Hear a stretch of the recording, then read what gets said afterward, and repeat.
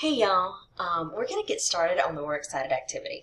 And I have students sometimes who feel a little confused about this assignment, and that's in class, so we usually work through it a lot together. So I want to do that with you right now and kind of show you how this is going to work. So we really have to pay attention to what I'm asking for, and that'll make your life a lot easier.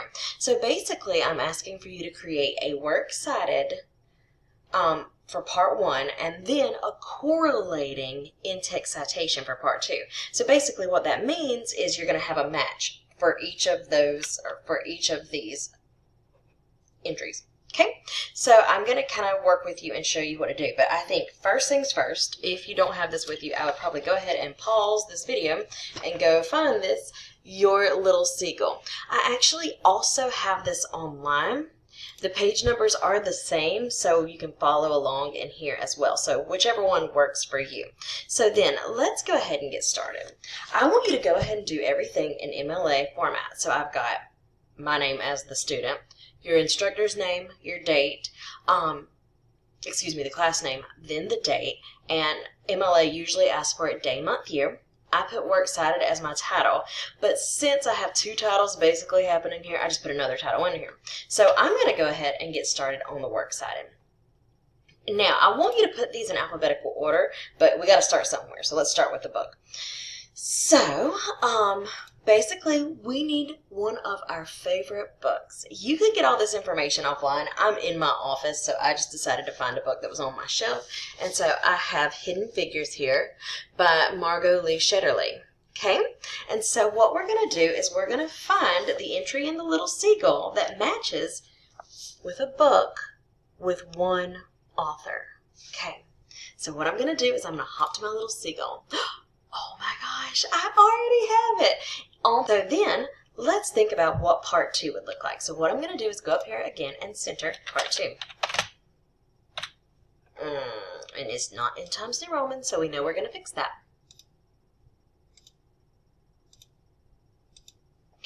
Okay, so there's different ways you could do this.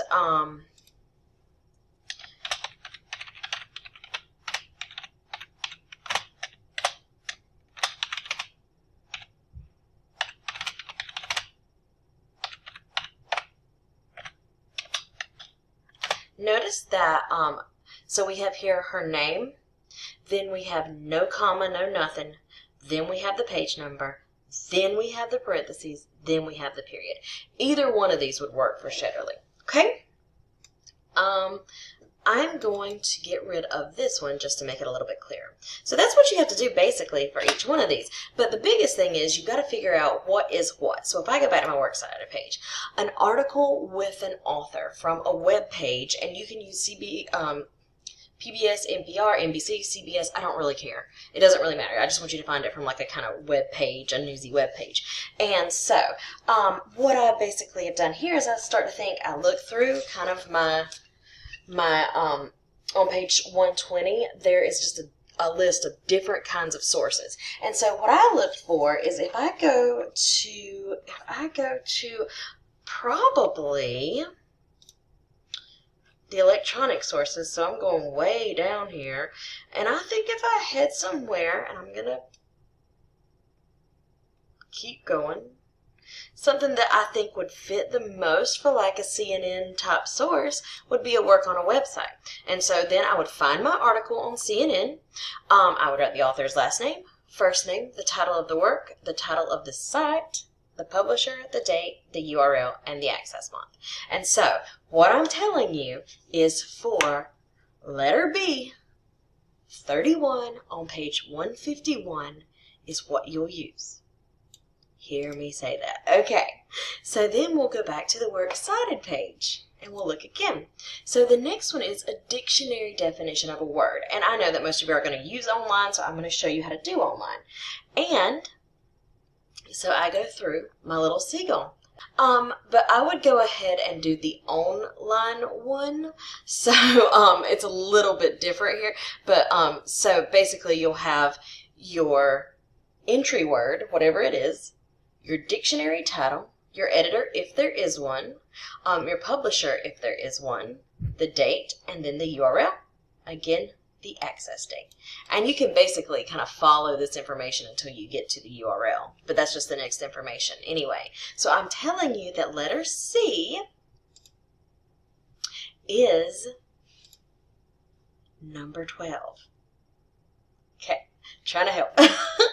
Okay, and so then D is an NC Live database, and we know a couple things about this. We know that we could probably just go ahead and cheat it out, but why don't we look really quickly, and this one's really fun.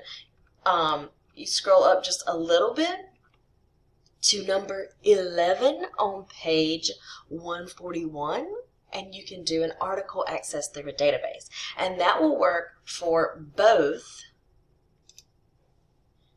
NC Live and opposing viewpoints. Now, I want you to know this.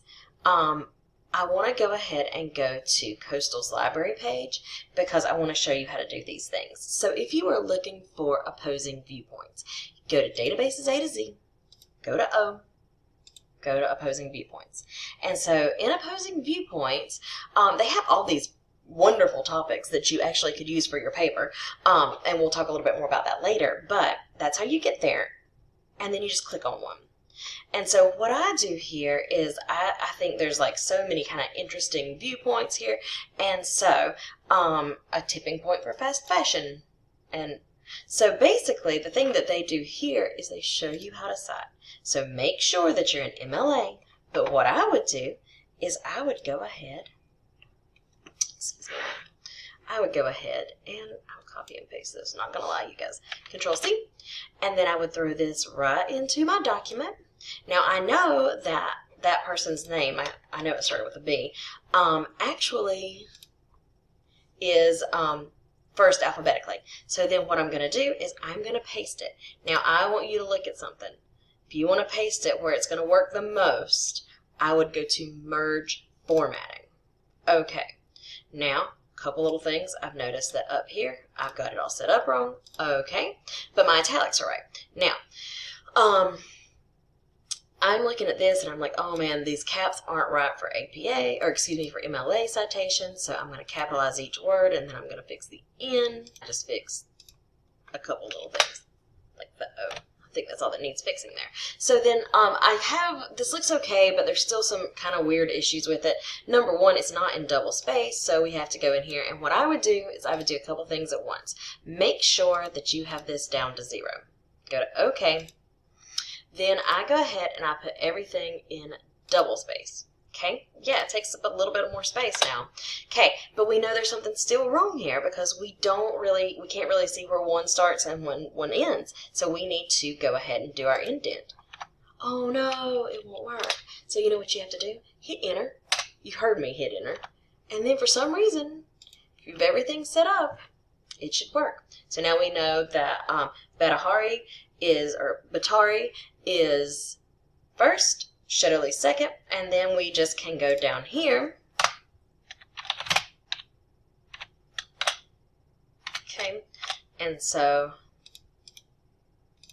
this is going to take me a second to spell this. So what I'm going to do is I'm going to Control C, put it in here. Okay, and then since there are no page numbers in this one, there you go. So we've done opposing viewpoints. And so likewise, you can go back to the home page for the library, go to NC Live. Since we're already talking about fast fashion,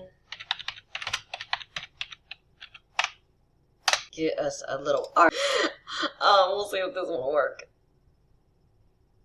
And if it doesn't, I'm just going to be so sad. But, so this is a really short article, and it probably wouldn't be usable, but for citation purposes, remember to go down to MLA, do the same thing, okay, Control C, then we have to figure out where it's going to fit on our page, and shopping actually goes after Shetterly, so we are going to go down here, and we are going to paste Merge Formatting.